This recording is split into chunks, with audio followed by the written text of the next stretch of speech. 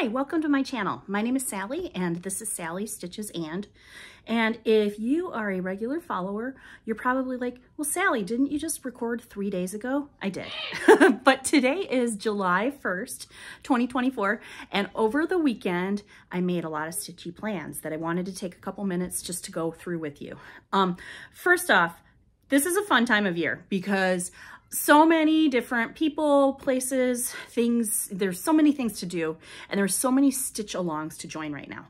Now, I have a lot of stitch alongs that I start and then I like fall behind and then, you know, they kind of fall by the wayside. I like to sometimes think of them as start alongs, but as I was thinking about the things that I have on my, list of works in progress and the things that I want to do this month, I thought, you know what? Let's make this whole month stitch along focused completely. So let's go through it. First off, the Frosted Pumpkin Stitchery, who is my very favorite designer, is starting a new thing this month, which lasts until August 4th, and it's called Summerween. Now, what this means is that every week they are going to have a different selection of their Halloween or spooky patterns on sale for 31% off. This week it's Creepy Classics, and so I have to go check to see if there's anything I'm missing. They also have a Facebook group called the Frosted Pumpkin Stitch Along group, and I think there's going to be some fun stuff planned for that group too. And I've even seen a new needle minder that's gonna come out that's really cute. So if you haven't checked their Instagram out recently, go check it out. So in the spirit of Summerween, I have a Frosted Pumpkin Stitchery work in progress that I have not worked on recently that I think I would like to finish. And so here, let me show you where I am starting. Today, July 1st, 2024, this is how far I am on the Frosted Pumpkin Stitchery's Halloween Wreath. Now, I would say this is probably about a third of the wreath. It's going to go all the way up here. This is stitched on the kit fabric, which is 28 count, picture this plus in pewter. And I'm stitching with the called for DMCs because this was a kit I purchased. So what I'm going to do is I'm going to split the month up into 3-day increments. So there'll be like roughly 10 of them because there's 31 days in July, right? And for half of those 3-day increments, I'm going to work exclusively on this project to celebrate Summerween. So from now until the 3rd, it's all about this. The next thing I'm going to do though is something that is a stitch along I came up all on my own. And I am calling it WIPmas in July. So I'll spell it down here because that's weird. So basically what I'm doing is I went through, I keep all of my works in progress on a decision wheel in an app that is called Tiny Decisions. And sometimes when I want to decide a new project, but I don't really have anything in particular in mind, I spin this whip wheel. Well, I found out recently that you can black out projects on your whip wheel and then only like spin through a subset of them. And so I decided what I would do is I would take all of my seasonal and my Christmas works in progress and I would just make those the focus for July because a lot of people do like Jolly July or Christmas in July. This is WIPmas in July. I'm not going to start anything new, but I am going to work on all of the Christmas projects that I have already started. So if you want to join me, I did make a hashtag on Instagram. You don't have to do Christmas projects. You can just do anything you want. But if you use the hashtag WIPmas in July, Sal, S-A-L, I will look at it and, provide some encouraging words. The prize is that you get to finish something that maybe you didn't expect to finish, right? So why don't I show you the whips that are on the whip wheel for me for WIPmas in July. And they are in no particular order. And I'm using a cutting board as a presentation board. So here goes. First thing I have is by Tiny Modernist. And this is a series of 12 Days of Christmas ornaments. And I'm stitching them all together in like a 3x4 grid. I'm stitching this on 36 count Winter Sparrow by Forbidden Fiber Company, and I've gotten a couple of them in. This is a challenging project for me because these are all charted individually, and so I have to really work on the spacing. I had to cut the pattern into pieces and kind of tape it together to make it work for me. So that's something that I could spin and work on this month. I keep it in this bag that I made. This is a project bag I made out of leftover 1.5 inch quilt squares. Anytime I finish a quilt, I cut all the little leftover pieces of fabric up and I can make something cool.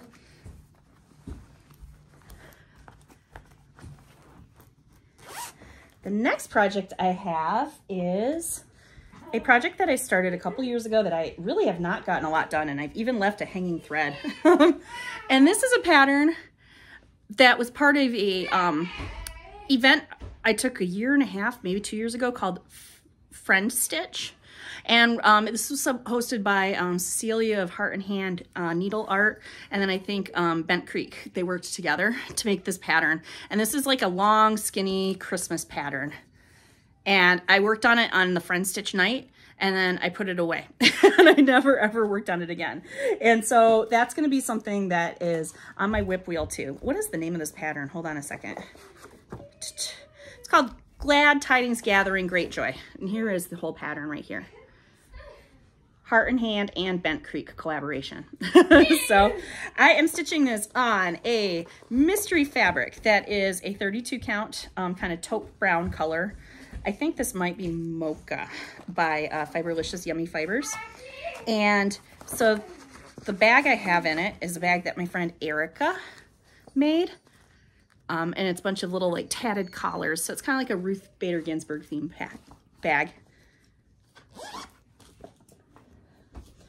The next pattern I have is also by the Frosted Pumpkin Stitchery, and this is actually a series of smalls, and I've stitched 2 of the 3. And this is what I like to call the Fox family, and there's going to be another hanging thread. Sorry, I just pulled these directly out of the bags. So this is a series of ornaments that came out for the Jingle Ball. The one that was in 2022, there was the Boy Fox Coulter on the end right there, and Clementine in the middle. And then for 2023, they had another one that came out that's kind of a companion piece, and this is a fox named Cooper. So I want to finish all 3, and then I want to do kind of a little display with them. I actually have the idea to do like a woodland animal display in my hallway. I just cleared a bunch of blank space, you know, so that I could work on that. And, you know, that would be a fun thing to add, even though they're kind of seasonal themed. It would be fun to have them all together. I actually have another piece tucked into the same bag, and this is also from that Jingle Ball class, and that is Season's Greetings from the Fox family.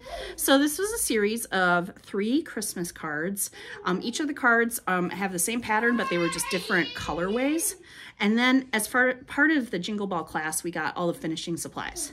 So I still have all of the fabric left to do 2 more cards. I do have all the flosses pulled too. And then I could make these into some really cool oversized ornaments for my tree. The fun thing that's coming up too is, I think sometime later this summer, maybe in August, the Frosted Pumpkin Stitchery is actually gonna host a Return to Season's Greetings from the Fox family class. I don't know exactly what they're gonna call it, but what they're gonna do is they're gonna bring out 2 new colorways for this design, and we're gonna have like a little stitching Zoom party. And I think that's gonna be a lot of fun. Anyone who participated in the Jingle Ball class is invited to come back to that. And also anybody who wants to join, you know, can sign up. So we'll see how that goes. My son is just awake. He's happy in the background. So let's make this quick so I can get back to him. The next project I have is stitched on 28 count ale, crystal ale, because it's got the little Edward Cullen sparkles in here. And this is another Frosted Pumpkin Stitchery pattern. And this is an older one. It is called Christmas on Gingerbread Lane. And I've got about a quarter of it done. There are 3 houses, and then there's like a foreground with all the little gingerbread people and the normal people. And I just think this is so cute. So I definitely want this to come back up on my wheel this month. I have this stored in a bag that was made from Tiffany, Black Cat Stitchery. And it's kind of Christmassy themed too. I don't usually do that with project bags, but that's fun that I have that going on this time. So the next one I actually recently showed you. This is a project I took with me to StitchCon, and then I didn't work on it except for just a little bit. And that is We Santa 2023 by Heart and Hand Needle Art. I have this much done. It's not a very big pattern. I have all the finishing supplies. I also have it in a cute bag, handmade by Michelle Lee Quilts, that I purchased last year. And so if it comes up on the wheel, let's get some more stitches in, right? I dropped the last one, so I gotta reach over. The last one is you guessed it, a frosted pumpkin pattern, and this one I am very close to finishing. This is also an ornament series by the Frosted Pumpkin Stitchery, and they came out 2 years ago, I think. These are snow globes, and they're stitched on perforated paper. So I've got a penguin, I've got a reindeer, I've got a fox, and then I have an unfinished snow globe.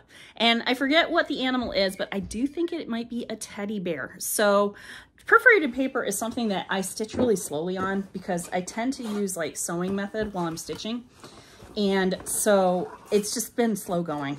But I think that if it comes up on my whip wheel, then, you know, we'll get going. I have this really cool box. I actually keep Halloween Wreath and snow globes in this. This is a box from the Frosted Pumpkin Stitchery that I have just had for years and years. And it's handy, you kind of have multiple projects in. So that is my idea. So for half of the month, I'm going to do Summerween stitching. And then the other half, I'm going to do WIPmas in July stitching. And what I'm going to do is I'm going to alternate. So from now until the 3rd, we got Halloween. Hey, Nathan. So funny. And then the 4th, I'm going to switch to spinning my wheel, stitch on the 4th, 5th, and 6th. And then on the 7th, switch back to Summerween, 7, 8, 9. And then on the 10th, switch back to spinning the wheel again and starting another project, unless the same project comes back up. I guess we'll have to, you know, find out what happens there.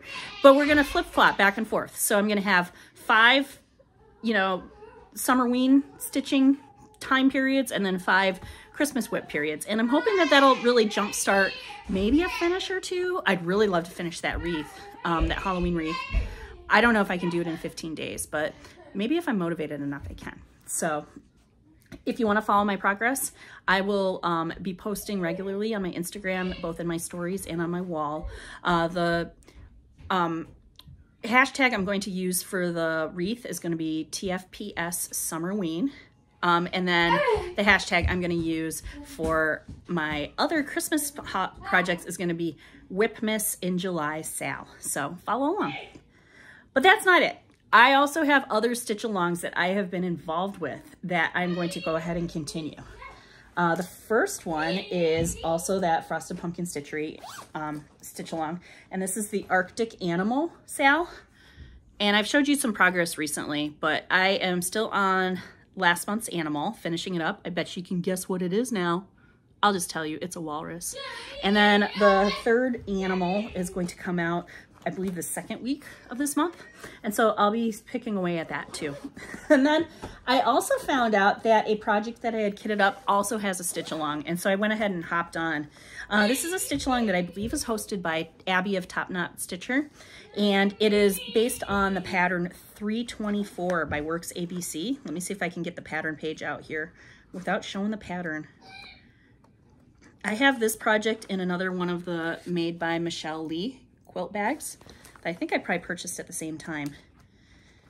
You might have seen this on some other channels. I know someone, I think Frizzy Lizzy Stitches is using this as kind of like a retreat project where she'll invite other people to stitch on it. Here it is. So here's the pattern. So 324 colors, 324 little blocks. I'm going to just do 1 block a day. So that is probably about 5 or 10 minutes of stitching.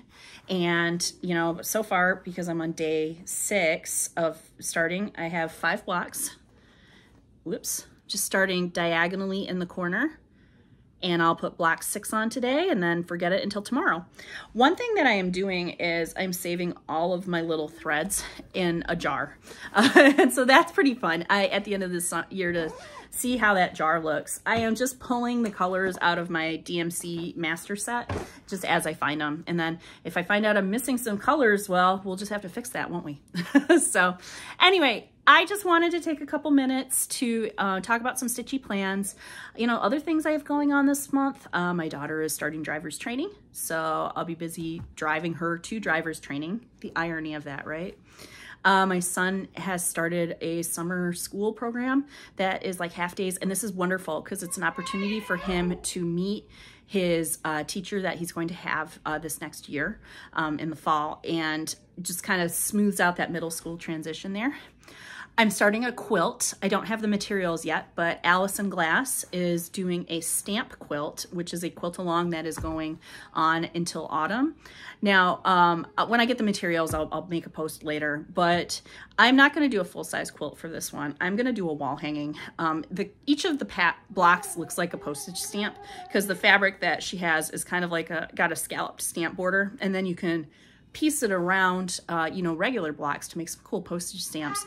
I think like a 9 patch or a 16 patch would be really cute as something to just hang on my wall, to maybe flip-flop with another quilt that I currently have up there. So that's gonna be fun. But also I have a quilt from last year that I didn't finish. And so this weekend I ended up basting that quilt. This was Allison Glass's Carousel Medallion quilt along from last year. So I took a big picture of laying it out and basting it. That was the part that was like making me stuck. Just having the opportunity to like lay it out and smooth it out and pin it out and have it going. Now I'm quilting it, but it weighs a ton. I think it probably weighs 20 pounds, and it's just hard to kind of like use your muscles to like smoothly push it through the machine so that the stitches don't get bunched up. Quilting the quilt with the machine is actually my least favorite part of making a quilt. I like piecing and I like cutting the fabric and I like putting the binding on, but the actual quilting part makes me nervous because I always feel like I'm like ruining it. And so I'm just gonna go slow and steady because it's so heavy. I don't wanna have sore muscles. I'm just going to do like 4 quilting lines a day. I'm just doing a 4" by 4" grid, kind of like stitching in the ditch. So when I make some progress on that, I'll have it to show you. So anyway, I have a busy month planned. I'm not even gonna really edit this video, just kind of throw it out here. What are your plans for this month? Sound off in the comments below. And if you wanna join in on the sale, you know, follow me on Instagram. If you have any questions for me, email me. My email's in the description below. And I just hope you have a lot of fun stitching. I have to go feed my kid breakfast now, so take care, friends. We'll see you next time. Bye-bye.